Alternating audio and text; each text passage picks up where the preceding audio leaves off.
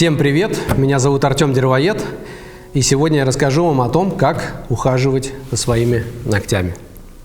Меня часто спрашивают о том, как я затачиваю свои ногти. Дело в том, что физиология у всех своя, и никто, кроме вас, не может найти ту идеальную форму, которая нужна для удобства игры и для красивого звука. У каждого свое строение ногтей, своя толщина ногтей, свой тип крепления ногтя к подушечке, поэтому вам нужно набраться терпения и эмпирическим путем искать нужную вам форму. Но, тем не менее, есть несколько моментов, которые абсолютно очевидны, и сейчас мы о них и поговорим.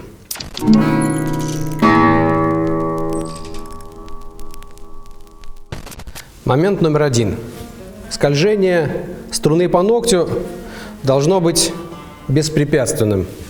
Соответственно, чем более угловатая форма у ногтя, тем сложнее извлекать звук. Естественно, речь идет об овале и, конечно же, идеально отшлифованной поверхности ногтя, где ноготь соприкасается со струной. Другой из главных вопросов – это длина ногтя. Длинными играть или короткими. Лично я играю средней длины ногтем. Расскажу почему. Если у вас очень длинные ногти, то в звуке присутствует только ноготь, что дает достаточно такой стеклянный звук и практически отсутствие возможности игры аппаянда. А нам нужно уметь играть и тиранда, и аппаянда. И, конечно же, звук должен быть красивым. Если мы играем без ногтя, только подушечкой, то в этом звуке не будет той мощи и той кристальной чистоты звука, которая рождается при симбиозе подушечки, пальца и ногтя. При ногте средней длины получается, что звук рождается на кончике подушечки пальца и переходит в ноготь. Таким образом, у нас получается мощный, громкий и красивый звук. И у нас есть возможность использовать как тиранда, так и аппаянда.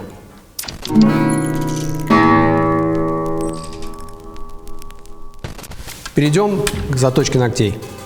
Для этого нам понадобятся пилки, кусачки и два вида шлифовальной шкурки, так называемой нулевки. С левой рукой все очень просто. Я не рекомендую обрезать ногти на левой руке ножницами, так как очень часто это приводит к тому, что при интенсивной игре идет отслоение ногтя от плоти пальца. Это очень болезненное ощущение, с которыми играть очень сложно. Поэтому мы можем либо спиливать ненужную длину грубой пилкой,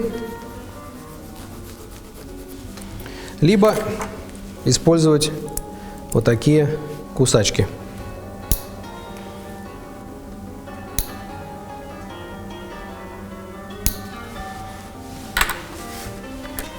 И потом мы снова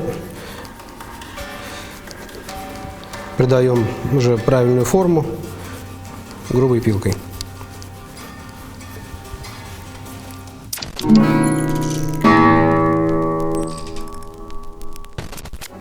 Правая рука.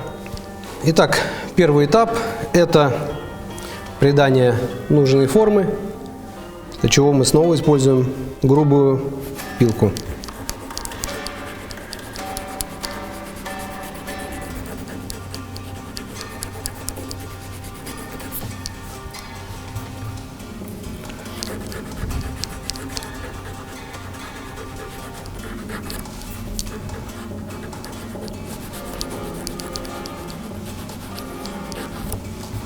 Итак, мы придали основную форму нашим ногтям.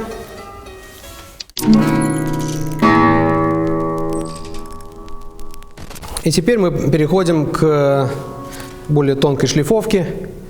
Для этого мы используем такую шлифовальную нулевку. Маркировка 1500 или 2000.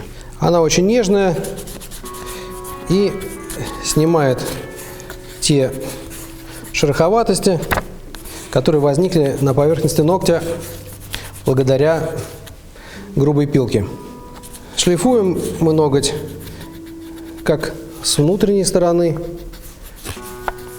так и с внешней. Поверхность ногтя должна быть абсолютно идеальной, так как любой заусенец в месте соприкосновения ногтя и струны сразу же отображается в звуке. Чтобы у нас был красивый звук, нам нужна идеальная поверхность ногтя.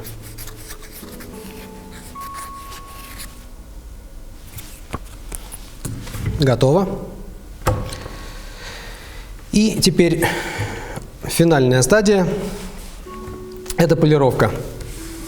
Для этого мы используем нулевку, маркировки от 8000 и более. В данном случае у меня 12-тысячная. Она на ощупь как будто прорезиненная. Когда мы полируем ноготь этой 12-тысячной нулевкой, поверхность ногтя становится как стекло. Она начинает аж блестеть. Также стараемся пройтись и с внутренней стороны, и боковину, и с внешней.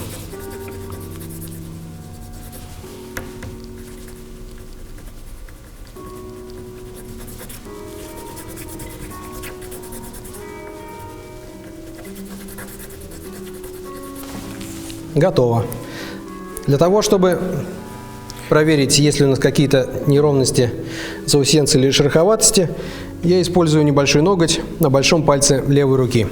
Проводим им по поверхности ногтя, который соприкасается со струной, и прекрасно чувствуется, где есть какая-то проблемная часть, где нет. Если есть, мы дошлифовываем нулевкой 1500 или 2000 и потом снова дополировываем 12-тысячной.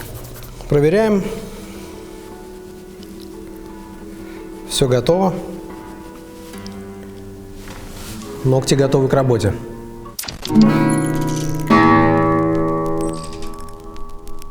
Важно помнить о том, что эти гигиенические процедуры нужно совершать несколько раз в день.